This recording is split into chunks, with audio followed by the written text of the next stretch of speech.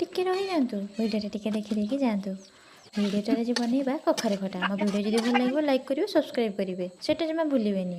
ହଁ, କଖାରୁ ଖଟା ବନେଇବା ପାଇଁ କଖାରୁକୁ କାଟି ଦେଇକି ଧୋଇ ଧୁଆ ଦେଇକି ଲୁଣ ହଳଦୀ ଦେଇକି ସିଝେଇ ଦେବେ।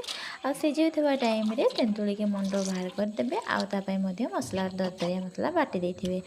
ତାପରେ ଗୋଟେ ଚୁଟକିରେ ଆମେ ନାଲି ଚିନିକୁ କାଟି ଦେଇଥିବା। ତାପରେ ଆମେ କଖାରୁକୁ ଓହ୍ଲେଇ ଦେଇକି ତେଲ, ପଞ୍ଚଫୁଟଣ, ଭୃଷୁଙ୍ଗା ପତ୍ର, ଅଦା ରସୁଣର ଦରଦରା ପେଷ୍ଟ, ହଳଦୀ ଗୁଣ୍ଡ, ଲଙ୍କା ଗୁଣ୍ଡ, ଯାବତୀୟ ଗୁଣ୍ଡ ଯେତିକ ସବୁ ପକାଇଦେବେ।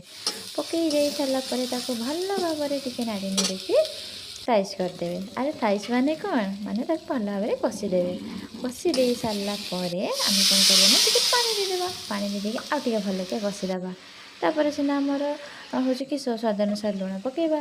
ଲୁଣ ପକାଇ ସାରିଲା ପରେ ସେ ଯେ ଆମର ଥିବନି କି ଗୁଡ଼ ଚିନି, ତାକୁ ଭଲ ଭାବରେ ପାଗ ଦେଇଦେବା।